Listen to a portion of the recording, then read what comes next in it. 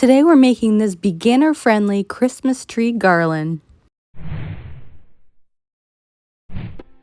Hi friends! For this project you're going to need some single strand rope, some embroidery floss that matches in color, a comb or brush to brush out your fringe, and yes, this is a dog comb that I specifically use on macrame. You're also going to need some sharp scissors, and it is helpful to have a small set of scissors as well. And you're either going to need butcher's twine or jute to hang on your garland, a hot glue gun, and I have a hack for these tiny clear elastics, so you might want to pick some up too. Alright, let's get started. Grab 5 of your 8-inch strands of single strand cotton rope and brush it out.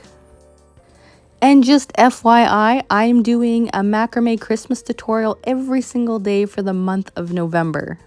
So feel free to subscribe so you don't miss a tutorial.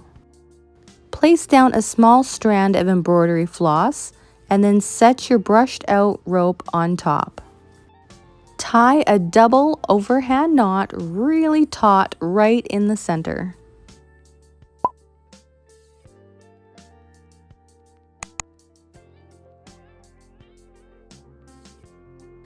Snip off the excess length of your embroidery floss. Holding it up vertically, you want to divide your fringe over top of your embroidery floss to hide it.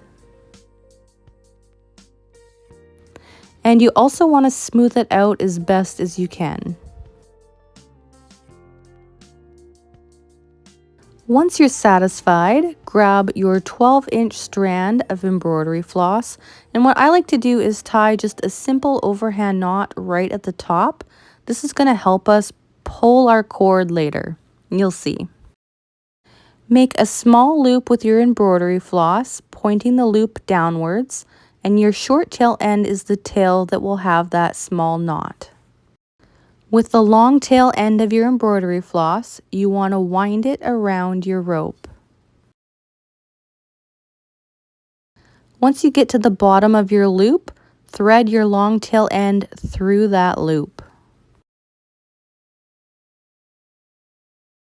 Now this is where that knot comes in handy. You want to pull the top string, pulling your join right into the center of your wrap. Snip off the bottom and top strand of your embroidery floss. What we just tied here was a gathering knot. Next, give it a final brushing to make sure it's nice and straight. And then grab your sharp scissors and give it a nice blunt trim.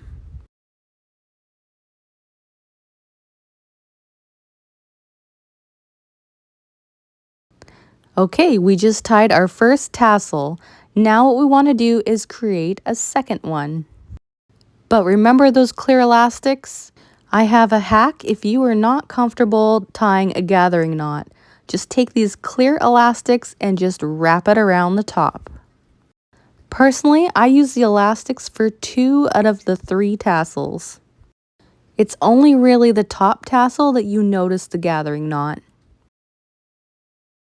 Okay, once you have 3 tassels, grab one of them and you want to fan out the tassel to find the very center.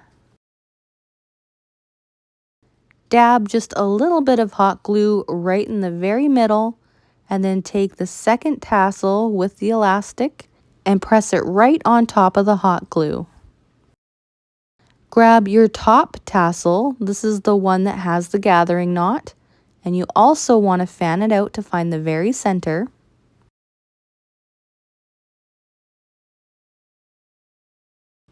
And put a little dab of hot glue right in the middle as well.